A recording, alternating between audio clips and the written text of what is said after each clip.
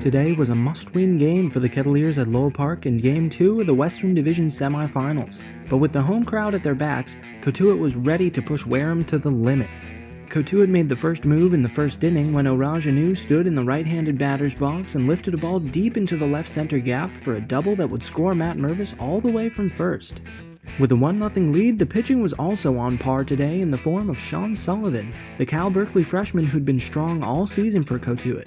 He continued to impress by getting Wareham to ground into a double play in the third, his third straight scoreless inning. Cotuit kept things going at the plate in the bottom of the same inning, when Casey Schmidt got a pitch he liked and sent it soaring unfathomably high into the afternoon sky and well over the left field fence, deep into the trees for a 2-run bomb that put Cotuit up 3-0. However, Wareham threatened the 3-run lead in the fourth when they loaded the bases with one out. But Sean Sullivan didn't lose his cool, and he fanned one for the second out and forced a 4-3 putout to get out of the inning unscathed. And in the bottom of the fourth, Cotuit would make sure Wareham wouldn't threaten again. Parker Chavers led off and ripped a ball that everyone on the field knew was gone off the bat, and as such he took a moment to pause, pose, and watch his work. His solo shot put Cotuit up 4-0. Later in the inning, Cody Pasek would walk to load the bases for leadoff hitter Nick Gonzalez. And no, he didn't deliver a grand slam, but in classic Gonzalez fashion, he brought the home crowd to their feet with a single poked just over the shortstop's head that brought home a runner. With the bases still loaded for Matt Mervis, he kept the momentum going with a sac fly to shallow center, on which Dante Williams charged home and slid in safe to put Cotuit up 6-0. Next, Orajanu became the third straight batter to get a hit after he chopped a ball that bounced high over the second baseman and into right field to allow 2 more Kettleers to trot home to score. And of course the Kettleers loaded the bases again, followed by Adam Oviedo working a walk to move the runners over and bring home Orajanu for the 9th run. Up 9-0 after 4, Sean Sullivan finally gave up his first run in over 20 innings when Pete Durkee hit an RBI double into the right center gap. Despite losing the shutout, the Kettleers obviously weren't feeling down in the dumps.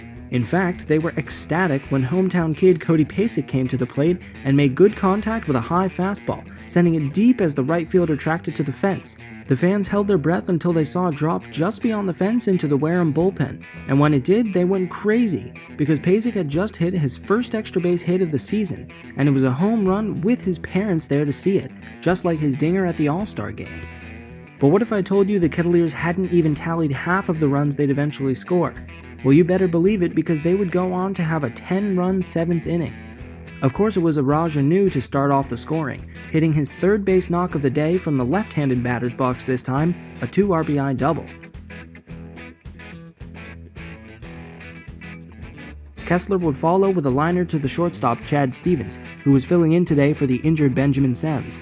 Stevens bobbled the ball, allowing Kessler to reach base and allowing one more run to score. Next was Parker Chavers, who lined a ball into shallow right to bring home Casey Schmidt for Cotuit's 14th run. Then Dante Williams lined a ball low to the ground down the third base line that would trickle all the way to the wall for a double that would bring home 2 more runs. Cody Pasek was on a long list of players who couldn't be stopped today, because in the 7th he followed his earlier dinger with his second extra base hit of the season, a double to the right field corner that would bring home Cotuit's 17th and 18th runs, marking the most runs the team had scored in a game this season. Later in the inning, Matt Mervis would deliver the Kettleers their landmark 19th and 20th runs with a 2-run shot that was a low liner over the right field wall. The dugout and grandstands were absolutely electric as the Kettleers were making mincemeat out of the gatemen. Wareham would get one back with a solo home run of their own in the top of the 8th, but not one of the 6 pitchers Wareham put on the mound today could stop the Kettleers, because they tallied their 21st run on a fielder's choice in the bottom of the inning. And the runs column on the scoreboard would read all 2s as Parker Chavers drove in the Kettleers' 22nd and final run on a line drive single. Cole Beavan would close out the mammoth blowout in the top of the 9th, and with that the Kettleers sealed their first postseason victory since the 2014 season. They became the first Cape League team to score 20 runs in a game since the Gatemen themselves in 2012. In tallying all those runs on 18 hits, all 12 of the Cotuit position players used in the game either reached base or came around to score. Half of their hits were for extra bases. They worked 11 walks, and Cotuit's own pitchers gave up 0. Their run differential in 44 regular season games was plus 36, and in these 2 playoff games, it's now plus 19. There's no word to describe this game other than stellar, and there's no imaginable way to provide more momentum for these players going into a crucial elimination Game 3 tomorrow in Wareham at Spillane Field, starting at 6:30. Oh, and by the way, Nick Gonzalez was unsurprisingly presented with the award for League MVP before the game. Coach Roberts was unable to imagine a better day for this team and their fans, and we spoke with him, starter Sean Sullivan, and hometown hero Cody Pasek after the game. Sending you now to our interviews with them, and signing off for the Cotuit Kettleers, I'm Jacob Cohen. Okay, Coach, obviously it was a huge win and a must-win game. Just how pleased are you with this team?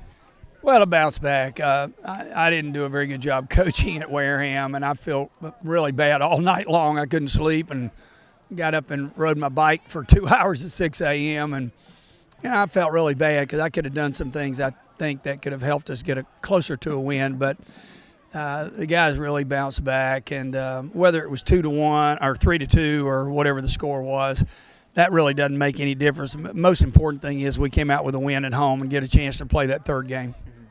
You said time and again that Sullivan has this it factor. He's given up 1 run in the last 21 innings he's pitched. What do you see out of him today? Yeah, for a freshman, I don't think he's a freshman anymore. I mean, he's really done a fantastic job for us, and he has just the it factor. He has pitchability. He's one of those guys to me that looks like that, there was a mound, in his bedroom with the crib. He just is comfortable out there, and he's fun to watch pitch. And I just hope he gets to pitch at least one more time this summer. How pivotal is it to have a 1-9 performance like today? I think everyone in the starting lineup reached base by the 4th inning. Well, it doesn't happen very often, but today it did at home in front of a fantastic crowd here at this most gorgeous park. Yeah. What do you tell the guys tomorrow going into a tough test, obviously, at Wareham? I don't think I tell them anything. I just let them play. I've kind of let them play. These guys are fun to be around, and, let them go. I mean, we're honestly not giving any signals. We're just going out and playing. And I think the biggest decision really tomorrow is kind of the pitching rotation. And right now I have no idea how that's kind of line up. I have no idea who's going to start at this point.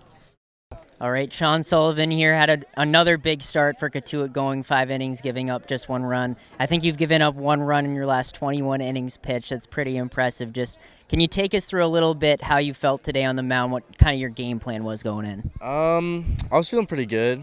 Felt pretty good in the pen before the game. Knew I had to throw first pitch strikes. That was a little bit of a struggle today, but I kind of finessed my way through it. I knew my defense had my back, so just throw strikes, let them put them in play, and it'll all work out. My guys behind me got my back, so and they put up 22 runs today, so I'm pretty happy about that. That was great. Coach has said you kind of have this it factor about you. Would you say you describe yourself as having that it factor? I hope I do. That's awesome, especially coming from him. That's high praise, so that's really cool. In the 4th inning, the bases were loaded with 1 out, but you were able to come out of the jam. What are you thinking in that scenario? Just drill the strike zone. Cannot give up any free bases. We had no walks today, which is outstanding. That's great. Got hit around a little bit, but you just gotta, finesse your way through it. That's all it is.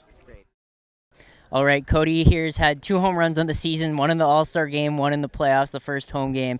Just can you take us a little bit through that at-bat that led to the home run? I knew fastball was coming 3-2. I knew, we had the lead, so why would he throw me anything else? And, if I could get the barrel out front and, cheat to it like we've been working on, I'll get something good, and I did, so. The crowd's going crazy for the hometown kid when you're rounding the bases. Your dugout's going crazy. Just what's going through your head when you're rounding the bases there? It's just every moment here is special. I've just been dreaming about this ever since I was a little kid. And, rounding the bases, seeing all my loved ones over there, it's, nothing like it. So, I'm just extremely happy to be here.